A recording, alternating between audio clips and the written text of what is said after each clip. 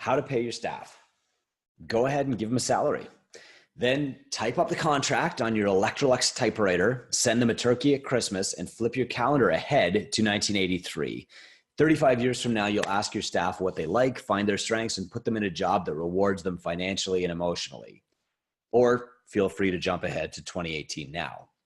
Pay your staff for the value they bring to your business. Start by breaking down every role in your business. Think of these as the hats that have to be worn to run it.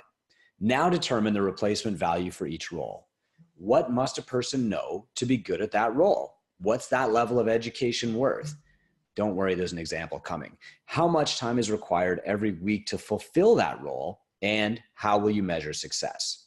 Now group the roles together to create jobs and careers. Those are two different things.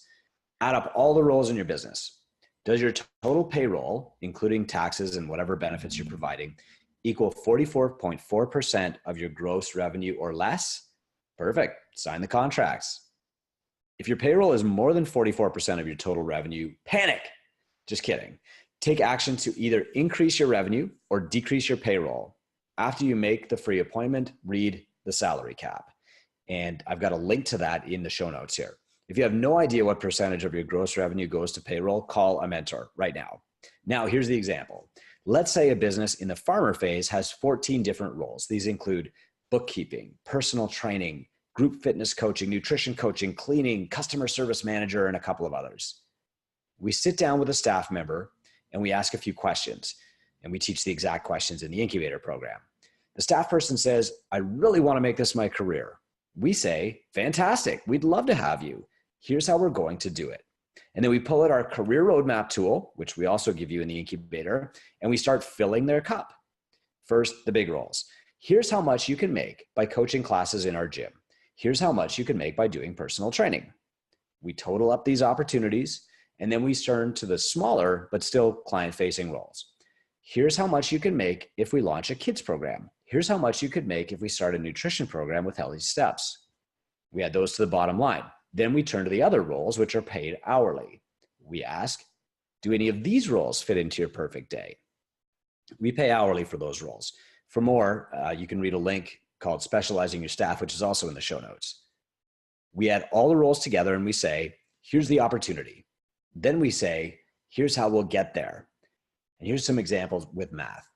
A coach says, I want to make this my career. I need $50,000 per year to quit my job at the glue factory.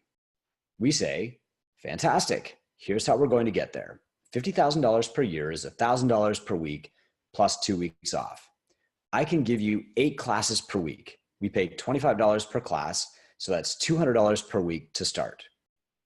I can give you 15 personal training hours per week. That's $31.11 per hour. Add another $466.65 to that other $200 per week, and we're 2/3 of the way there already, just in coaching groups and personal training. Now, if you don't have 15 hours of PT to give the coach yet, don't worry. Make it clear that you will and work with your mentor to get there.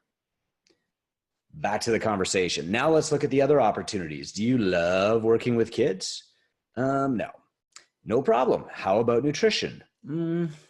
Still fine. I have 5 hours per week available for our customer service position at $25 per hour. You would be awesome at that. What do you think?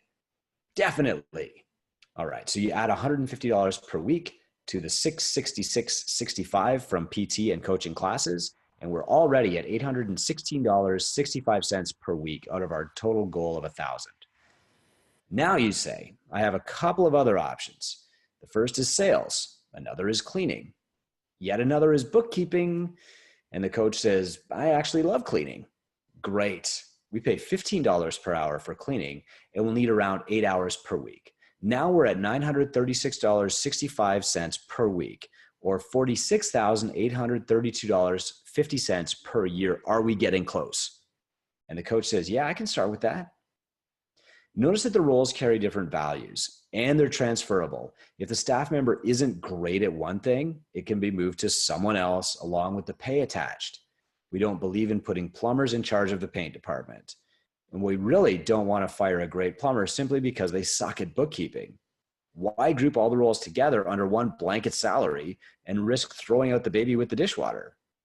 Notice too that the roles in question total 43 hours per week. In Ontario, that's fine, but you might want to consider that in your state. You might also consider the happiness index to determine what a great wage in your area might be. In my city, $50,000 is good for a dual income household with a house and a car and a couple of kids. In Vancouver, that's not enough to share rent with 3 single roommates.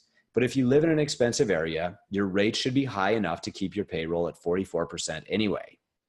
Making careers in your gym is simple. If you've done a good job breaking down your roles and tasks, adding staff comes down to arithmetic. Are there special considerations? How do you start the conversation? How do you handle staff training? Isn't it just easier to do all this stuff myself? There are dozens of other questions around hiring staff. You need a mentor and a step-by-step program to find, hire, and keep staff around. Start with a free call. You can find the scheduling link in the show notes.